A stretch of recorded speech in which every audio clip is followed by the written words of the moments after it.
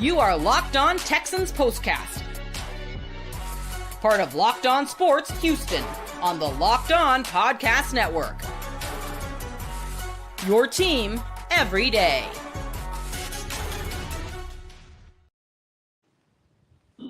Oh, and it is a very nice and easy edition of the Locked On Texans Postcast.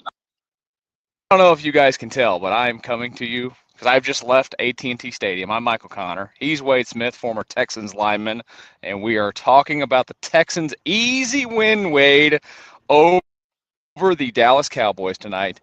I don't think that you could write a better script overall because, well, they did everything that they needed to do. I know that maybe you want a little bit more offensively at times. That's okay.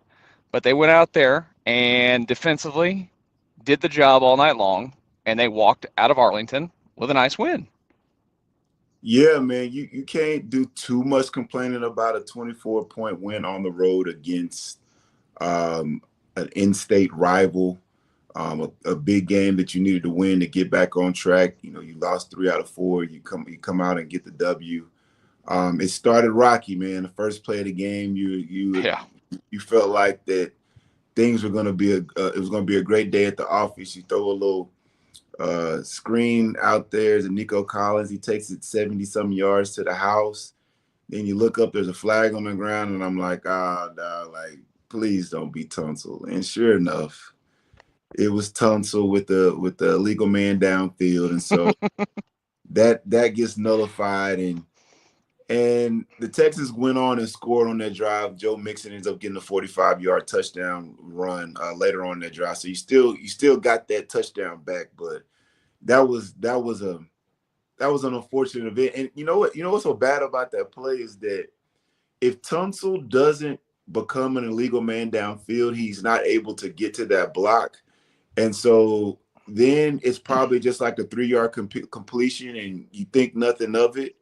But because he was a legal man downfield, and he definitely was downfield. Oh, yeah. Because it happened and he was able to get that block, he made a great block. But because he broke the rules making a good block, we were all able to see the touchdown transpire. And so now you're more upset with Tunsil because here he goes with another penalty. But if he didn't commit the penalty, and then we would never saw the touchdown. So that was one of those ones where it was just janky all around. But like I said, the Texans were able to come back later on that drive, score a touchdown. So that was good that was able to take place. But I tell you what, man, the Texans defense throughout that entire game, they just dominated, man. They gave up one play to Turpin, a little seam route a little slant seam route that he beat Okuda on early in the ball game. And besides that, man,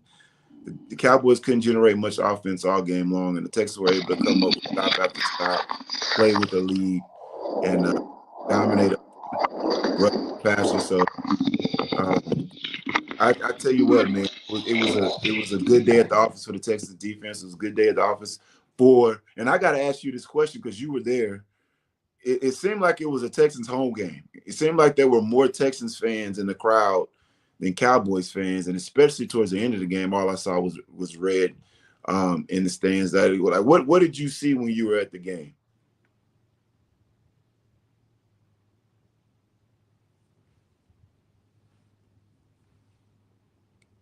We can't hear you right now. Myself on mute. Can you hear me now? There we go. I put myself on mute. My bad. There was way more empty seats throughout the stadium than I was expecting. Now, it wasn't like it was crazy, but I think it speaks right to where the Cowboys season is. Like, the fans up here know, and also fans are going to sell their tickets to opposing fans coming into town because you're going to make a ton of money off them. There was definitely a lot of red. Like, I didn't wear red. I wore blue. So yeah. I failed tonight. I'm sorry. You were trying to blend in with the Cowboys fans and not risk getting into any altercations? You know what? So I don't have a lot of team gear. I just don't. And yesterday we went and got stuff, and I didn't find anything in red that I liked. I liked this little pullover thing, a little hoodie thing that I got. Yeah. So I just picked up blue, and I did blend in, I guess. But man, the red was all over the place tonight.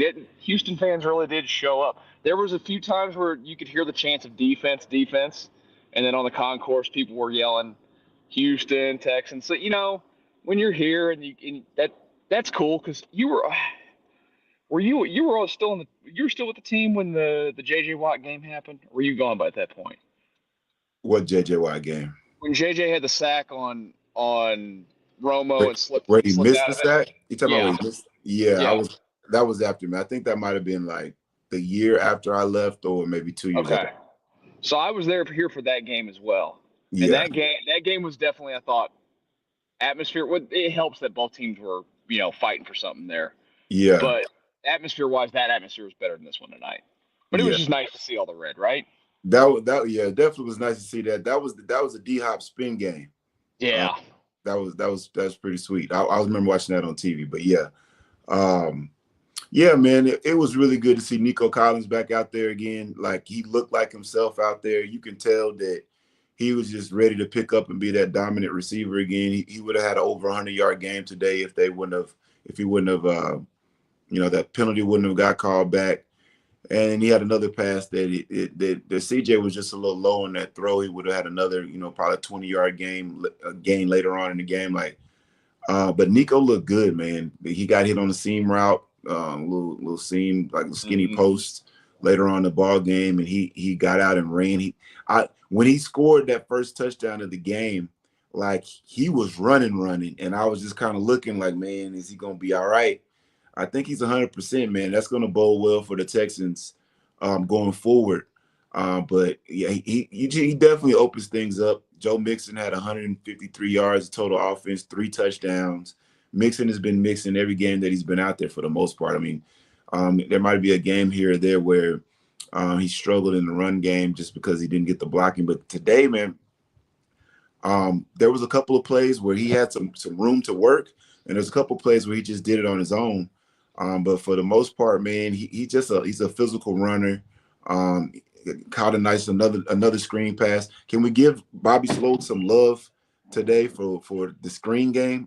You give him some love real quick because I do have one complaint, but I'll let you give some love real quick. I'm gonna give him some. Oh, yeah, I know what you're gonna have some complaints about. It's about that 3rd and 1. We'll get to that, but I'm sure that's what you're complaining about, that 3rd and 1 little deal he did. But his screen game, I thought, to the receivers, to the running backs,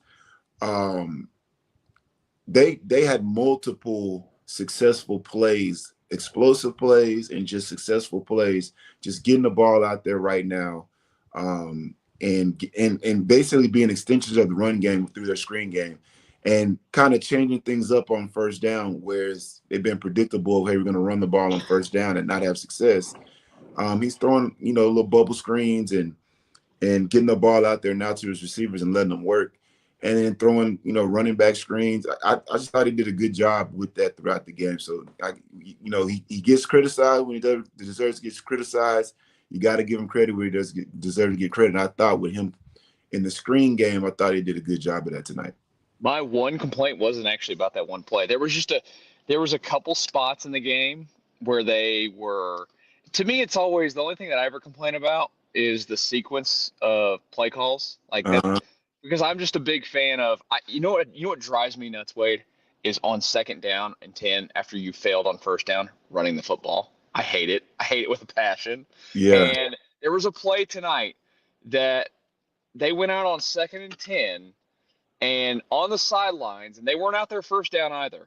On the sidelines were Joe Mixon, John Mechie, Tank Dell, and Nico Collins. And he had in Robert Woods, and I think he had Schultz out wide and Stover out there too. And it wasn't like it was like a 2 tight end set. Like, they had him like flanked out wide. And I'm like staring at and I probably wouldn't have caught this if it was just on TV. If I was just watching on TV. This is me watching it in person. And I'm like, what are you doing here? And then they come back out on 3rd down, and all these guys come out. Well, everybody knows what you're doing on 3rd down at that point with those guys out there, right? You're throwing the football. So that was my one thing. Other than that, no, you're right. Like, there's nothing to overly complain about tonight.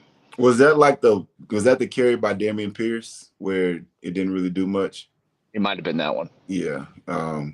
Just looking at the personnel, that it definitely showed that it was a rundown. So, Yeah, I just tell you what, you already there. I see some flashing lights behind you. Oh, we're leaving the stadium. There's cops all over the place. Don't worry, it's not Okay, for me. I just My saw, lovely I wife is just saw, back here driving. the I'm not. flashing lights, and I'm like, I'm not driving. I know you're not driving, but I see flashing lights, and I'm like, oh, hopefully he's all right. But, but yeah, man. I tell you what, man, the Texans. 24-point wins on the road, you got to take them how you can get them. And so I was happy with that. I was glad to see that the defense, like Derek Stingley, we haven't got to him yet. Derek Stingley just had another big night. He could have had probably 3 interceptions. He had one. He could have had another couple of them. They would have been kind of some spectacular plays. He was locking guys up. Bullock almost had a pick six. The defense was flying all over the place, man. Danielle Hunter was killing out there. Guys were taking turns. Tim Settle, Barnett, like guys were just taking turns out there making plays. It was fun to watch the second half of the game where the Texans pretty much controlled it. But there were some things that that you definitely were disappointed in. Just them not finishing drives. Talked about that 3rd-and-1 play where I thought on that play that Joe Mixon got the first down on 2nd and 3. Mm-hmm. And they didn't allow for them to measure anything like that. They tried to go on the quick. To me, them going on that quick, trying to get the first down like that was just a product of them not having confidence in the offensive line, of just calling a play and running a play and getting a first down. You're trying to trick people. Now, the play that they called, Tank Dell was wide open. C.J. Stroud just throws a bad ball. It's incomplete. And so now you got to punt. And that was just – it was awkward all the way around because, like I said, you don't do that quick stuff like that unless you feel like you need to do that in order to convert on 3rd and 1 foot. And so it was disappointing because they didn't convert. But just the ideology of having to do that is just a product of what the offensive line and the run game and short yardage has kind of struggled with this year. And so because of that, I think it heightened the fact that they weren't successful in the type of play that they called on that particular play. Let's talk a little bit. You mentioned Stingley. I wanted to bring him. I wanted to get a little bit deeper into him. Let's talk about him here in just a brief second on the Locked On Texans Postcast. Right now, though, guys, I need to tell you about a couple of things here. And the first one that I'm going to tell you about is Hillsdale College. That's right, Hillsdale College. If you've not heard about this, well, what are you waiting on here? You can get to Hillsdale College to get yourself back into the game of education. That's right. That's what they're going to do for you at Hillsdale College. Maybe you're looking to just, freshen up on certain things. They have all kinds of courses available, whether it's Constitution 101, the meaning and history of Constitution, Introduction to Free Market Economics, The Great American Story, A Land of Hope, and so many more. All of Hillsdale's courses are self-paced so that you can start whenever and tune in wherever. Plus, you can go deeper with readings, quizzes, discussions, or just enjoy lectures. Go right now to hillsdale.edu/lockedon to enroll. There's no cost, and it's easy to get started. That's hillsdale.edu/lockedon to register. hillsdale.edu/lockedon. One more quick message before we get back to our discussion on the Texans win tonight over the Cowboys. Let me tell you about PrizePicks. Have you played PrizePicks yet? Well, if you haven't, why not? You need to get in on the action at PrizePicks right now. It makes the football season go even way better. You can now win up to 100 times your money with PrizePicks with as little as 4 correct picks, and they have quick cash outs. You can get your cash back in as little as 15 minutes every single time. Who doesn't like getting their money fast? I know that I do. Download the app today, the PrizePicks app, and use code LOCKEDONNFL and get $50 instantly after you play your first $5 lineup. Again, that's code LOCKEDONNFL when you download the PrizePicks app, and get $50 when you play your first $5. PrizePicks, run your game. All right, back to our discussion here on the Locked On Texans Postcast. I'm Michael Connor, coming to you live from one of these highways near the stadium. Wade Smith is back in Houston. I was at the game tonight. It was a great atmosphere if you're a Texans fan tonight. Wade, one of my favorite things from the game tonight, before we get to Derek Stingley here, we were walking out, and one of these Cowboys fans yells out, "You beat a backup quarterback. What did you expect?" Yeah, we did expect to win. Why I wouldn't mean, we? that could give you an extra 10 points, but you still would have lost. Like, Yeah. it's not like they were world beaters before he got there. They just completely fell apart since he's been hurt. But I mean, the Cowboys are a bad football team, and you mentioned the whole backup quarterback thing. Like, is Trey Lance really that bad? I mean, does Cooper Rush really give the Cowboys the best shot to win? What I saw out of Cooper Rush, he made a throw or two here or there where I thought, okay, that was a good throw. But he made a lot of throws. Like, he could have easily had a 4-interception game. Oh yeah. He got sacked, fumbled at least once, maybe twice. One, of course, ended up being a touchdown by the Texans. Like, his ball security wasn't there at all, and they only mustered together 10 points. So, like I said, I'm not a Cowboy fan. A lot of my family members are. I'm from Dallas, and they're tired of seeing the Cowboys getting their head beat in. But you got to think that Trey Lance would give them a better shot at winning ball games than Cooper Rush. And if not, what is that saying about Trey Lance? And then Mike McCarthy, man, like, how is he still the head coach after performance after performance after performance like this, where I was looking at the game at about 10 minutes left in the fourth quarter. I'm seeing a mass exodus of people leaving. It was the beginning of the fourth quarter. They started rolling out at the beginning of the fourth, man.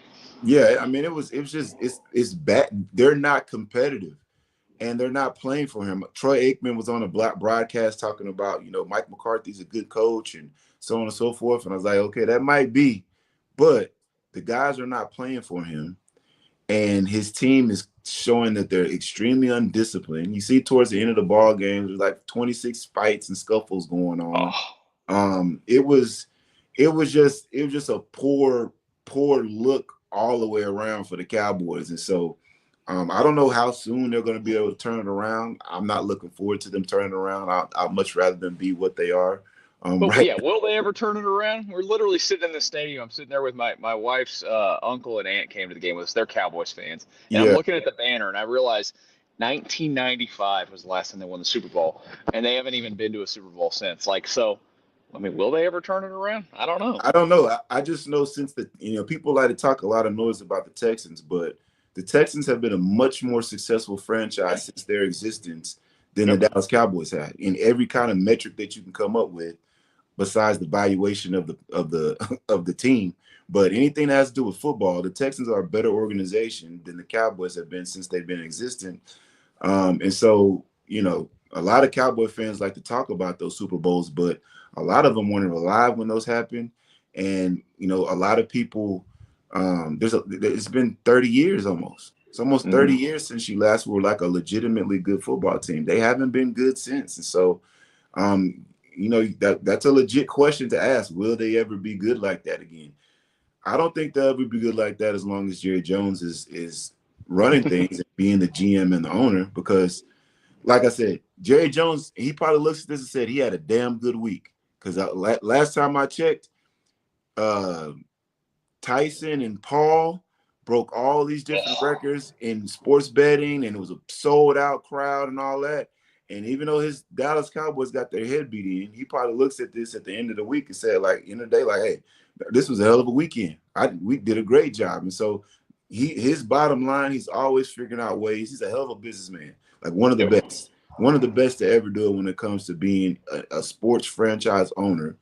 But as far as, competitive and putting together a product on the team that's going to go out and win the big game, they ain't that. And like I said, the Texans have been a better organization since they've been in existence. One more playoff games, one more division titles, anything that you can look at than the Cowboys since they've been in existence. And now I think we've taken the lead in the series. I think it might be 3-2 now. I think it was 2. I'm not sure about that, but I believe this game took the lead for the Texans. So, like you said on your post on Twitter, man, the Texans run Texas. That's right. I think doesn't the Governor's Cup come back too? Isn't that a thing? Is that a thing? I know it's a thing in baseball between. Well, no, I knew it was a thing with you guys in the preseason matches. I just didn't know if they use it in the regular season matchup. I know it's a thing, the Governor's Cup. I don't know. We have to check. I can't. But they never brought that in the locker room. You guys didn't like pour beer in it and drink beer out of it. No, man. No. It's not like that silver boot for the Astros. one time we played the Cowboys in the preseason. That game I didn't go. I think I had my knee scoped, and so I was back rehabbing, getting ready for. Or actually, I did go, but I didn't play. Okay. In that preseason game, but yeah, I don't remember any Governor's Cup. I don't even remember if we won the game as a preseason game. Like, you don't remember if you win or lose a preseason game. It's just not a thing. All right, let's talk about Stingley. Like you mentioned, that could have been like a 3-4 pick night for him. And I wanted to really talk about him because I did not see their game yesterday. I saw, of course, the end of it, the Colts and the Jets. And obviously he's connected with Sauce Gardner from that draft. It is amazing when you think about it after the first year of those two guys being in the league, the perception, how it has completely flipped, right? I think you saw that tonight. Like, I found myself watching him a lot because we were right at the 50-yard line on like the third level. So I had like a perfect view of the field. It's great. Yeah. And I found myself all night, like my eyes going a lot to Danielle Hunter because I like Danielle Hunter a lot. And then to Stingley because I just wanted to see how he'd match up and see how much the Cowboys kept CeeDee Lamb away from him. Right. Am I being hyperbolic when I sit here and say, man, this is legit one of the best corners in the league that we're watching every week? He's bona fide, no question about it. He's one of the top, I would say, 3 corners in the league right now. It's like him and Pat Surtain Jr. and I'm sure there's a couple other guys that you can throw in there. I mean, Sauce Gardner is not having the best year right now. He would have been in that conversation if you at the beginning of the season, but the way the league works, everything is what have you done for me lately. And like you said, that narrative flip is night and day from what it was last year. Stingley was banged up last year. And Sauce is out there pretty much dominating. So, of course, Texans fans and just people in general saying that the Texans picked the wrong guy and should have went with Sauce Gardner. But I'm sure there's a lot of people those same people aren't talking that stuff no more. If you watch what Stingley has been doing this season, he's only gotten 2 interceptions, but teams stay away from him. He had multiple pass breakups today. He was always in the receiver's hip pocket. He drew an offensive pass interference. He would have had a pick on that play if CeeDee Lamb didn't pass interference on him because he was in perfect position to catch that ball. And that looked like one he was going to catch.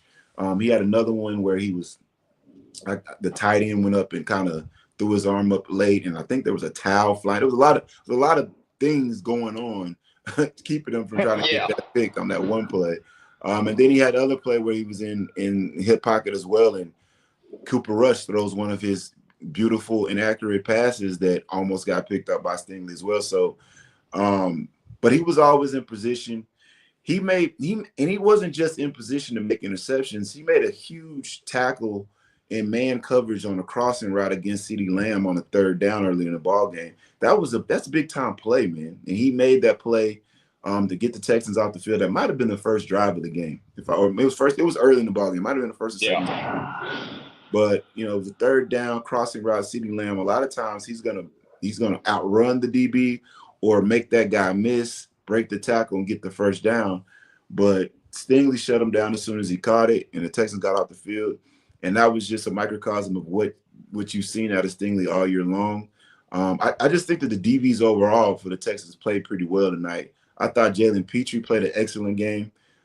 He missed the tackle early in the game, but he was laying the wood. He got a bogus personal foul called on him just because he was playing football with a physical nature. Like, he hit the guy with his shoulder and dropped him. Him and Aziz at the same time played meet me at the ball carrier, and that was good to see. That you see how the defense embodies what D'Amico Ryans is as a coach when he's all about physicality, swarming to the ball. You saw a lot of that tonight, and Stingley led the way, and guys like Petrie and Neil Hunter and it's multiple guys. the linebackers were taking turn making plays in the backfield. I just thought overall it was a damn good performance by the Texas defense, and Stingley was the ringleader. Well, I'll tell you what, we're going to take a quick little brief timeout for a second, because when we get back, we got two things to get to. We got to look ahead to next week. They're playing your favorite team, Wade. And then, of course, you have to hand out some game balls. So we're going to do that. And we'll see if any of those defensive players, how many of them, which ones get the game balls from Wade. That's next here on the Locked On Texans Postcast. All right, let me tell you right now about FanDuel. You can get ready and tackle all this NFL action with FanDuel, America's #1 sportsbook, because right now new customers can bet $5 and get $150 in bonus bets if you win. FanDuel Sportsbook app gives you everything you need to place live bets on the NFL all in one place. So when you get a hunch in the middle of a game, you can check out the latest stats, view live play-by-play, and so much more on the same page where you place your bets. Just visit FanDuel.com to join today. You'll get started with $150 in bonus bets if you win your first $5 bet. That's FanDuel.com. Never waste a hunch and make every moment more with FanDuel, an official sportsbook partner of the NFL. All right, the Locked On Texans Postcast. If you're just joining us, hi, first of all, I'm Michael Connor. That's Wade Smith, former Texans offensive lineman. You're wondering, why am I bouncing around? I'm in a car because I left the game. We were at the game tonight in Arlington with all the Texans fans. It was fantastic. And, Wade, that's my first game. I got to say, it's my first game to be at in person, I think since the Deshaun days. It's been a while. Wow. It feels good. It feels good to be in a good spot. Yeah, watch man. Watch a win. Well, you know what? You missed some stuff last year, but those previous years you didn't really miss much. So yeah. those were some great times, talking about like 2021 and maybe like 22, 23. Oh, 22 and 21. That was Cully and Lovie Smith years. You didn't really miss nothing. Yeah. No, definitely didn't. But that's good that you were able to get out there to the game, man, and see it in person. And like I said, from what I could tell, there were more Texans fans there than Cowboy fans. It was loud in the stadium for the Texans when they were making plays. That was good to see. And it's a nice stadium, man. I'm sure you enjoyed it. It is a nice stadium. Like it's well put together. I'm sure the stuff was super expensive. That part probably sucked, but I know it was aesthetically pleasing. Even though there was a lot of blue and stars going on right there, but it's a well put together place. You got the huge jumbotrons, 2 of them. It's just a cool place to watch a football game, especially when you come in there and dominate. Your team comes in there and dominates and takes it over, and it becomes a home away from home. Yeah, and the Cowboys, I think the funniest thing before we get to your game balls for us tonight when we were there was that the Cowboys fans, there's a guy sitting behind us, and when Aubrey clunked that first field goal off the bar, he right before he kicked it, the guy goes, "Oh, he's on him." He immediately just shanks it, and then he kicks the 64-yarder that they don't take, of course. And they're like, just give us the points. We'll take the points. I was like, oh man, these guys are the best. So you give out your game balls. It's always good. We haven't been able to do this a lot lately because the Texans haven't been winning football games, but they win tonight. So who's on the Wade Smith game ball tonight? Yeah, man. Before I get to the game balls, you mentioned that sequence of events of them making the 64-yard field goal, getting the personal foul on Derek Barnett, who definitely earned it. He head slapped that dude with a right hook like I wish I would have seen Tyson throw. Like he was Deacon Jones, man. I mean, he slapped the dog's mess out of that. And so when I saw, I was like, yeah, that was definitely a penalty. They end up not converting after they drove down there. The Texans stop them on 4th and 2, so they don't get any points. That was a beautiful sequence of events for the Texans. But first game ball's got to go to Joe Mixon. I'm going to start off on offense first. We talked a lot about the defense so far, but Joe Mixon once again brought physicality, caught the ball out of the backfield, scores 3 touchdowns on offense, had just about every kind of touchdown celebration that you come up with that he used all in one game. Got to give him a game ball for his performance. Made a lot of yards when it wasn't there. So first one goes to Joe Mixon. Second one's going to go to I got to give it to the entire defensive line with a spot shadow on Danielle Hunter, because Danielle Hunter was pulling out some moves that I'm sure that when he retires, if he wants to do Dancing with the Stars, I think he'd do a great job on that, because his footwork was immaculate. He's spinning and twirling and doing all this type of stuff and making those offensive linemen look silly. So got to give love to the D-line. I don't know how many sacks they ended up with. I'm thinking it was probably like 5 or 6. But they did a hell of a job all night long. But Danielle Hunter was really the one that stood out. And they did that all without Will Anderson. It was good to see Mario Edwards back out there. Danico Autry was doing his thing. Barnett gets a sack fumble. And then Petrie, 2 fumbles in 1 play. Like, the defense just played at a high level. And then, of course, we talked about them pretty much for a whole segment. Stingley's got to get the 3rd game ball. With an honorable mention to Jalen Petrie, but like we mentioned, Stingley was all over the place, made critical stops on 3rd downs, got the pick early in the ball game, broke up probably 3 other passes. Those are my 3 game balls. And there was a lot of people that were in line for game balls tonight. I just thought that the Texans, when you win 34-10 on the road, there's a lot of things that you could be excited about. I'm just excited about the fact that we can give out game balls. It's been a while, been a couple of weeks since we've been able to. So, yeah, definitely excited about that. And those guys are definitely deserving. And there's some other guys that I think honorable mention, but I got to give it to Joe Mixon, Danielle Hunter, plus the whole D-line, and then Stingley. You know, and I want to give my own for a second to D'Amico Ryans. I know we get to see brief little snippets of him on the sidelines on TV. Yeah. It's my first time, like I mentioned, seeing him since he's become the head coach, seeing him in person. Yeah. His energy on the sideline the entire night is amazing. Yeah. He's up and down. I loved before the game, he was with I can't remember who he was with. And he was like hugging him and giving him a motivational, message in his ear. And it was like a good 2-minute embrace. I'm like, damn it, I wish I could play for D'Amico Ryan. Yeah. He makes me want to play football again. And I hadn't played football in like 17 years or something. Yeah. See, that's the thing. I'm glad you were able to see that. Those type of things are things that the intangibles that people talk about and that you don't necessarily see when you're watching the game. You're either going to see him being stoic or you're going to see him jumping up and down after a big play.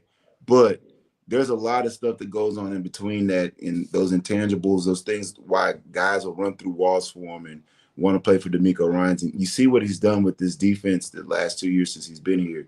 And they continue to play at a high level. Even though the offense is going through its struggles dealing with injuries, they're trying to get back healthy. I was glad to see Tank Dell made a few plays out there. Mechie made some plays out there, made a big play on special teams. Just overall, I just thought that, like you said, D'Amico Ryans deserves definitely honorable mention or a game ball for what he's been able to do. But the defense has just played at a high level all day, all year long. They played representing and embodying everything that he represents. So being physical, getting guys swarming to the ball. It's fun to see. And it was fun to see the Texans play with the lead so that they could let everybody loose and let those veteran D linemen rush the quarterback. Because all of those guys on the D line that are getting home, the only young guy really that you have is Will Anderson, and he's hurt right now. Yeah. But all those guys are veteran guys. Hunter and Barnett and Autry and Settle, all these guys that are getting to, like the move that Tim Settle did on Zach Martin. When I saw the first sack that he got on him, he beat him so easy. I was like, man, Zach Martin needs to go ahead and just hang it up, man, because he's a Hall of Fame, first ballot Hall of Fame offensive lineman. You could tell that he's beat up and banged up. But Tim Settle beats him bad on that play, gets a sack, and then the next play beats him again. Cooper Rush makes one of his good throws, steps up and completes the pass for a first down. But Zach Martin was out of the game after that. But the D-line they got to play, pin their ears back, get after the quarterback, and you saw what they were able to do when they did that. It was fun to watch. And I'm pretty sure that Cooper Rush is going to wake up in the middle of the night, probably about 2:30, 3 o'clock in the morning, and duck because he thinks he's about to get hit by one of the Texans defensive linemen. I'm sure he will. All right. So the Texans are in the middle of their get-right stage, and they're playing a bunch of teams that nobody likes. Yes. It's past the first one. This next weekend, I know it's your favorite team of all the teams that we don't like.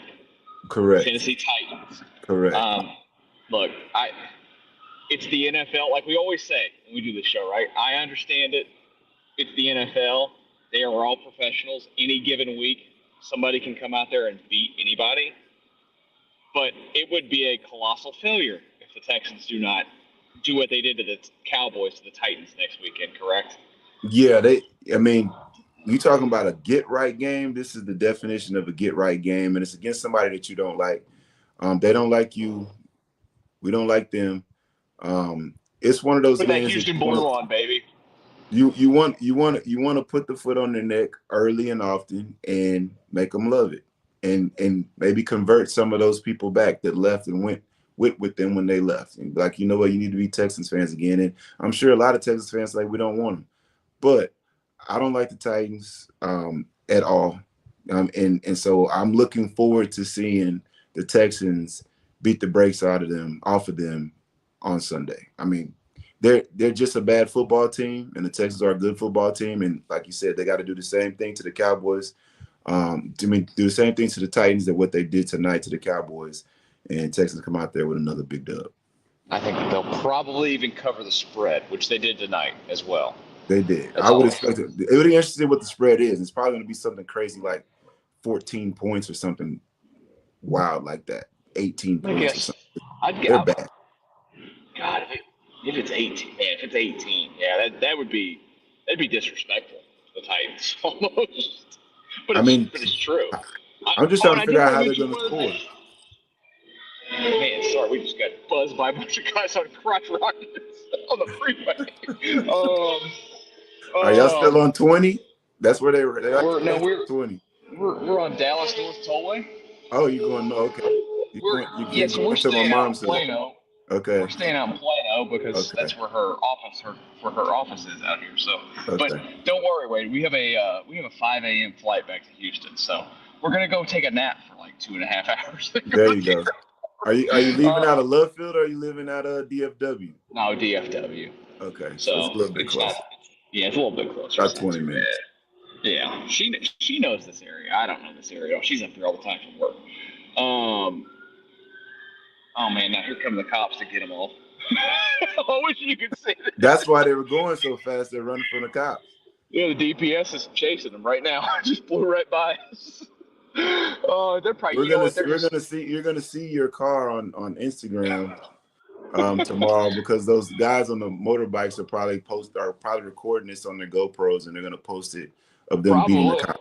I would be surprised. If you see a white Toyota, or what are we in?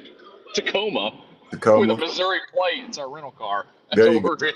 Okay. All right. Well, I think that we're going to be talking about a win again next week, and we'll be doing it from the computer, not on the road. We're getting buzzed by crotch rockets as well.